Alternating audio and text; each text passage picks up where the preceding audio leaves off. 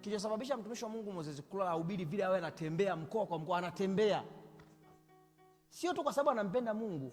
Sio sasa yani jamaa alikuwa yani Moses Kulola kama baba zetu, sio baba zetu, kuna kitu aliwahi kukiona. Aka anasema kwa nilichokiona sitamani kuona mtu yoyote anaenda kule.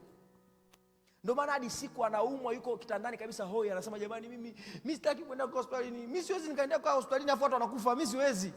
Sasa baba umeshachoka mzee. Hakuna, mimi sitaki.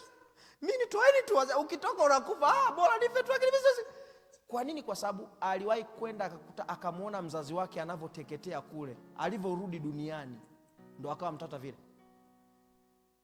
Ndio maana kuna wakati anahubiri unasikia mzee analia.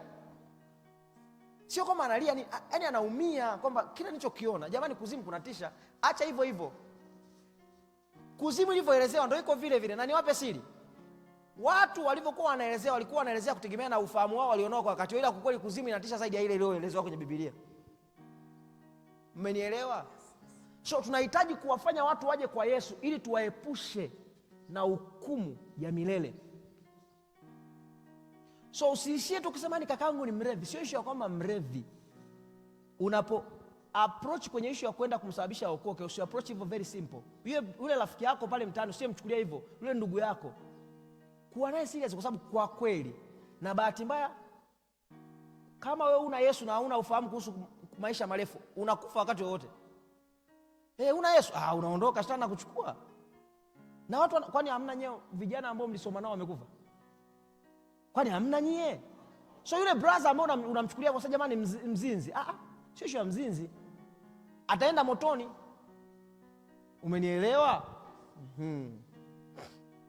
Naomba nikusomee maandiko. Sasa pastor ameongea mwenyewe. Yani nikusomee. Yohana 3:16 hadi 18. Kwa maana jinsi Mungu aliupenda ulimwengu hata akamtoa mwanae pekee ili kila amwaminie asipotee bali awe na uzima wa milele. Maana Mungu hakumtuma mwana ulimwengu ili ahukumu ulimwengu, bali ulimwengu uokolewe katika yeye. Sawa?